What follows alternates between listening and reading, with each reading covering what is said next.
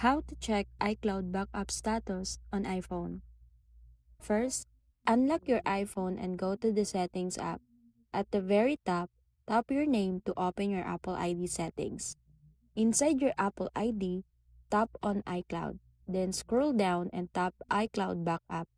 This section tells you everything you need to know.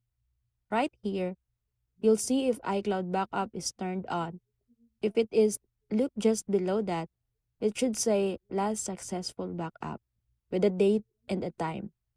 If you see something like never backup or an old date, your device hasn't backed up recently. To trigger manual backup, just tap backup now. Make sure you are connected with Wi-Fi and plug in.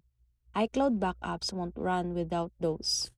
If you still no backup, you might be out of iCloud storage. You can manage storage under the iCloud settings or upgrade your plan. And that's it.